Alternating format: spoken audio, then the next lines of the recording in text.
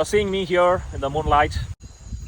In today's world, what you see today, these kind of occasions are very rare that you get to soak yourself in the moonlight. This time particularly the electricity power is shut down. Otherwise somewhere or other something, the lights in your neighborhoods or the street lights or something will be all the time going on. These occasions have become really, really rare all across the globe. You have to really go deep into some places to enjoy such occasions. Or, it should be total shutdown. And then you have this Purnami or the full moon to enjoy this moonlight and soak yourself in such moonbeams. See, nature has intended us every day to soak in the sunlight and then the twilight zone and then into the darkness, and into the moonlight. Every day it is designed naturally in such a way, but we are, defying all that nature wants. Overpower the nature and do something. How much we'll be missing of what is nature has intended to nurture us. The nourishment is not just happening just by the food and the water that we drink. It is happening also by the light and the darkness, and this body and the chemistry of the body. Everything also needs the darkness. We need to also soak into the darkness of the new moon. Not just, and it is, it's so nicely made.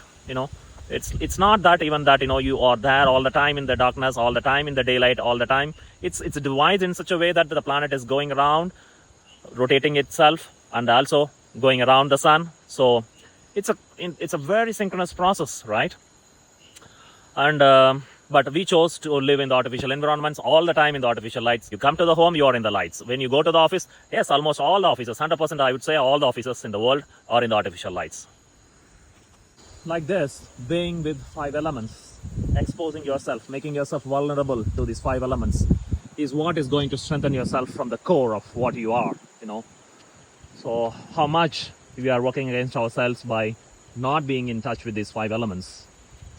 Almost like we are, as we grow, richer and richer, we are ensuring that, we are not getting closer and closer to nature. So do you think that is a way the richness should be? That is the way the affluence should be? And those who have seen a full moon a few times or a new moon a few times, or how much time you got to spend? Is it just, occasionally, like accidentally you get to see a new moon or a full moon, and then just, not bothered much and then dug into the home?